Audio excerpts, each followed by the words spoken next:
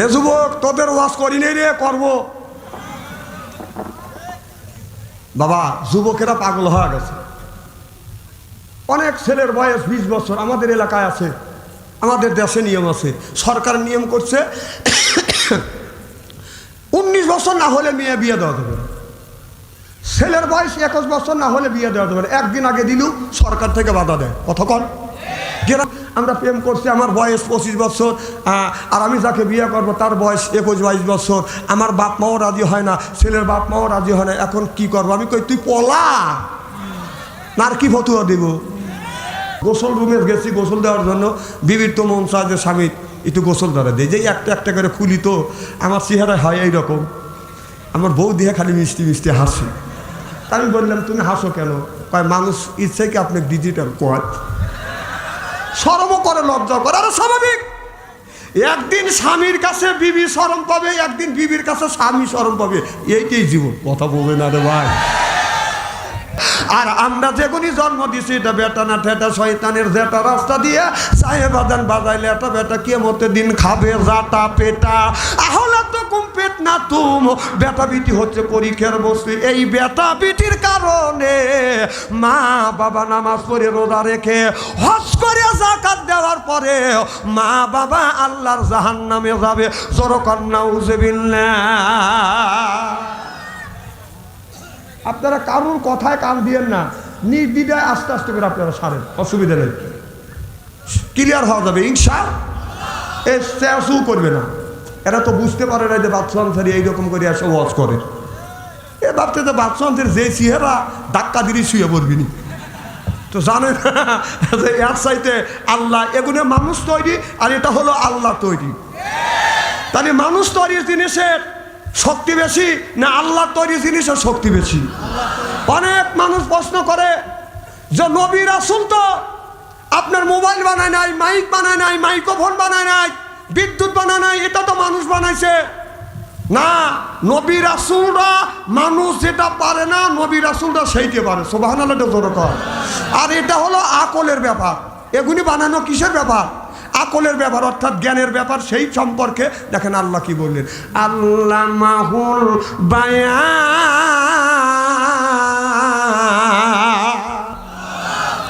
আমি বায়ান শব্দের অর্থ 7টা পাইছি।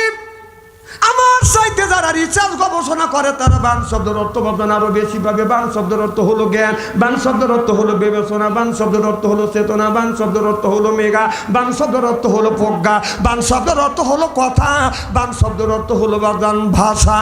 আল্লামাহুল বায়ান।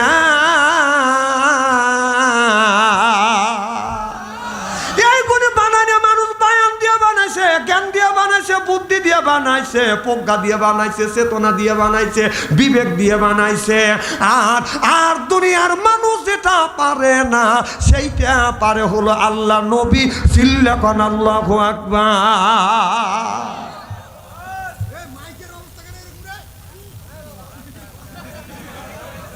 ভাই এতক্ষণ আপনি কোনে আসছিলেন ভাই? এখন মুখ খুলতেছে ভাই, একটু পরে কবি নিতে মুখ খুলি নেই, যদি খুলি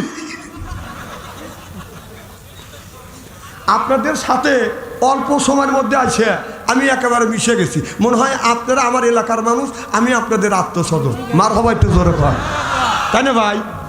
আপনাদের আচার আচরণ ব্যবহার দেখে আমি আর অন্তর খুশি হয়ে গেছে। আমি অন্তর থেকে দোয়া করি আল্লাহ যেন জান্নাতে জানে কামল শিখে দেয়। জোরে কন আমি। এখন একটা জিনিস হচ্ছে, মাইকের লেগে আমি কিছু কবে পারতেছি কি বলবো কন? যদি মাইক দিয়ে বলি এটা ইন্টারনেটে চলে যাবে।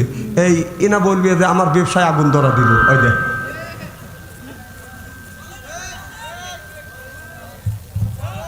বলবো তো সেই যে জিনিসটা আমি বলবো এইটা যদি আমি না বুঝি আপনারা কিভাবে বুঝাবো বলেন? আমার ভাইয়ের, আমার ইব্রাহিম আলাইহিস সালাম আল্লাহর কাছে বেটা ছেলে, আল্লাহ তুমি একটা বেটা দাও। সুবহানাল্লাহ কর। আর আমরা যেগুলো বেটা দিছি এটা বেটা না ঠেটা শয়তানের যেটা। আল্লাহ একদিন ইব্রাহিম আলাইহিস সালামকে বলল, বন্ধু ইব্রাহিম তোমার কলিজার টুকরা সন্তান ইসমাইলকে তুমি কোরবানি করো।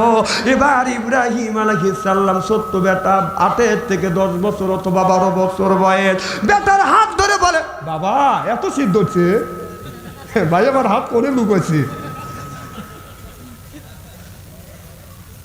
রাগ করতেছেন ভাই? এই হাসি দিছে কি সুন্দর। ভাই চেহারা আর আমার চেহারা এক। Thank you. না আমার মতো মানুষ যে আপনাদের নওগাঁও জেলা আছে আমি দেখলাম। মারহাবা একটু জোরে কর।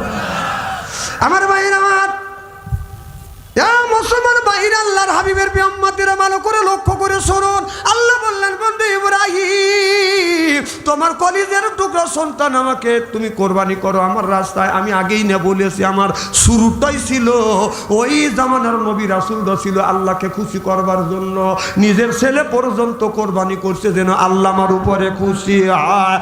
আর আমার আল্লাহ আমার নবী খুশি করবার জন্য, নবীকে খুশি করবার জন্য নবী যা চায় আল্লাহ তাই করে। জোরকান আল্লাহু আকবার। হযরত ইব্রাহিম আলাইহিস সালাম নিজের ছেলে ইসমাইলকে ডেকে নিয়ে এসে বলে, বেটা এই যে মিনার ময়দানে তোমাকে আমি কিসের জন্য আনছি? ইসমাইল আলাইহিস সালাম বলে, বাবা কি জন্য আনছো? আমি তো এটা জানি না। ও বাবা কি জন্য আসছেন আপনি খুলে বলেন। এবার ইব্রাহিম আলাইহিস সালাম বললে, আসলামা বাবা আমি তোমাকে এই জায়গা জবাই করবার জন্য আসছি। ইব্রাহিম যখন এই কথা বললেন তোমাকে জবাই করব এই জন্য মিনার ময়দানে আনছি, যেই জায়গা কোনো মানুষ নাই, এই জায়গা তুমি আর আমি আর আমার আল্লাহ। সুবহানাল্লাহ। ইসমাইল বলে, বাবা আপনি আমাকে কোরবানি করবেন কি জন্যে? ইব্রাহিম আলাইহিস সালাম বলে, বাবা ইসমাইল তোমাকে যদি আমি কোরবানি করি আল্লাহ খুশি হয়ে যাবে, আল্লাহকে খুশি করবার জন্য তোমাকে কোরবানি করব। এবার ইসমাইল আলাইহিস সালাম বলে, বাবা আমি যদি কোরবানি হই আর তুমি যদি আমাকে কোরবানি করো, আল্লাহ যদি রাজি হয়। ছেলেটা বললে, আসলামা আমি আল্লাহর রাস্তায় কোরবানি হইতে রাজি। চিল্লাকান আল্লাহু আকবার। আর ইসমাইল আলাইহিস সালাম টান হয়ে শুয়ে পড়লাম। ইব্রাহিম আলাইহিস সালাম হাতে পায়ে রশি লাগাইতে চায়। ইসমাইল বলে, বাবা রশি লাগান লাগবে না, রশি লাগান লাগবে না, আপনি ইনশাআল্লাহ সাবিরি। দরকার আল্লাহু আকবার। ইনশাআল্লাহ মিনাস সাবিরিন। আল্লাহ ও বাবা আপনি আমাকে ধৈর্য ধারণ ছেলে হিসেবে আপনি আমাকে পাবেন, আমি ধৈর্য ধরবো, আমি হাত লড়াবো না, পা লড়াবো না, আপনি আমার গলায় ছুরি চালান। সরাসরি ইসমাইল আলাইহিস সালাম ইব্রাহিম আলাইহিস সালাম ছুরি এইরকম করে বাঁধান হাতে নিছে, ছুরিতে বাঁধান হাতে নিছে। ইব্রাহিম ইসমাইল আলাইহিস সালাম শুয়ে পড়ছে, বাবা ছুরি হাতে নিছে, এই কপালের উপরে বাঁধান একটা মাথা ধরিয়া বিসমিল্লাহ আল্লাহু আকবার বলছে, ছুরি যাচ্ছে। আল্লাহ ইন্নাল্লাহা আলিমুম বিযাতিস সুদূর।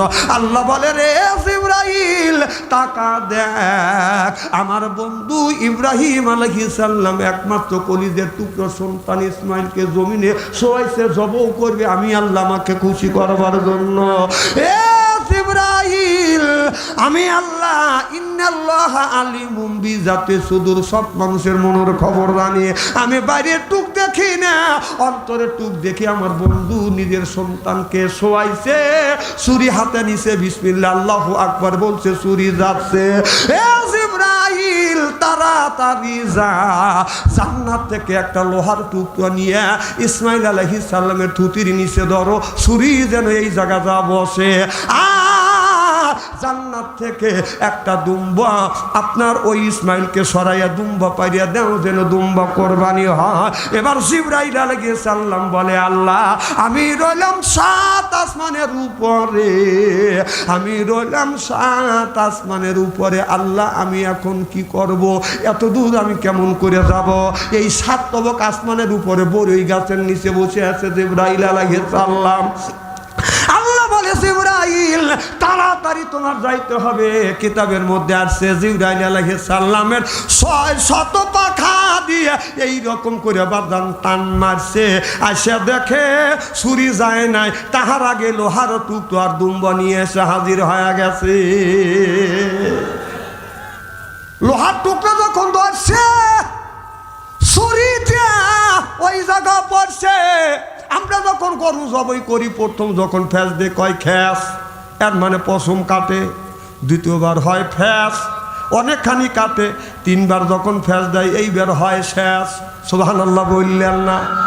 আমার ভাইয়ের আমার, ইব্রাহিম আলাইহিস সালাম, জিবরাইল আলাইহিস সালাম থুতির নিচে আপনার এইরকম করে বাদান ধরছে লোহার টুকরোটা হাত দিয়া ইসমাইল আলাইহিস সালামকে সরাই দুম্বা পাইরে দিছে।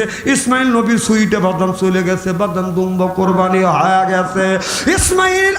ইব্রাহিম আলাইহিস সালামের হাতে রক্ত। ইব্রাহিম আলাইহিস সালাম আকাশের দিকে তাকাইয়া চক্ষু বন্ধ করে বলে, মাওলা নিজের সন্তানকে তুমি কোরবানি করতে বলছো। আল্লাহ রে, আমি কোরবানি করছি, কোরবানি হয়ে গেছে, আমার হাতে রক্ত পড়ছে। আল্লাহ তুমি কি কোরবানি কবুল করছো? এখন আমি চোখ খুলি নাই। আল্লাহ কয়, বন্ধু তুমি চোখ খোলো, তোমার কোরবানি আমি কবুল করছি। চোখ খুলে দেখে ইসমাইল আলাইহিস সালাম পাশে দাঁড়া আছে, আর দুম্বা কোরবানি হয়ে গেছে। চিল্লাকান আল্লাহু আকবার। ইব্রাহিম আলাইহিস সালাম বলে, আল্লাহ কোরবানি দিলাম, ছেলেকে শোয়াইছি, আমি হাতটাও রাখছি কপালের উপরে, ছুরিটা চালাইছি। আল্লাহ কখন তুমি আমার ছেলেটাকে তুমি বাঁচাইয়া দুম্বা কোরবানি করে ফেলছো? আল্লাহ বলে, বন্ধু আমি অন্তরে টুক দেখি, আমি চাই না বাবার হাতে ছেলে যদি কোরবানি হয় দুনিয়ার ভিতরে মানুষ মারামারি করবে। যদি ওই কোরবানি ইসমাইল আলাইহিস সালাম ইব্রাহিম আলাইহিস সালামের হাতে যদি কোরবানি হইতো, আমাদের দেশের বাপে বেটা বাদানার সম্পর্ক থাকতো না। বাপের যদি 4টা ছেলে থাকতো, বাপ মা প্রতিজ্ঞা করতো, নিয়ত করতো, এই বছর দেবো বড় ছেলেকে, দ্বিতীয় বছর দেবো মেজো ছেলেকে, তৃতীয় বছর দিব আপনার 3 নাম্বার ছেলেকে, 4 নাম্বার ছেলেকে দেবো 4 নাম্বার বছরে। এই 4টা ছেলের মধ্যে যেটা একটু দুষ্টু হইবে ওইটা ধরে আগে জব দিত। কথা কন্যা খেয়া।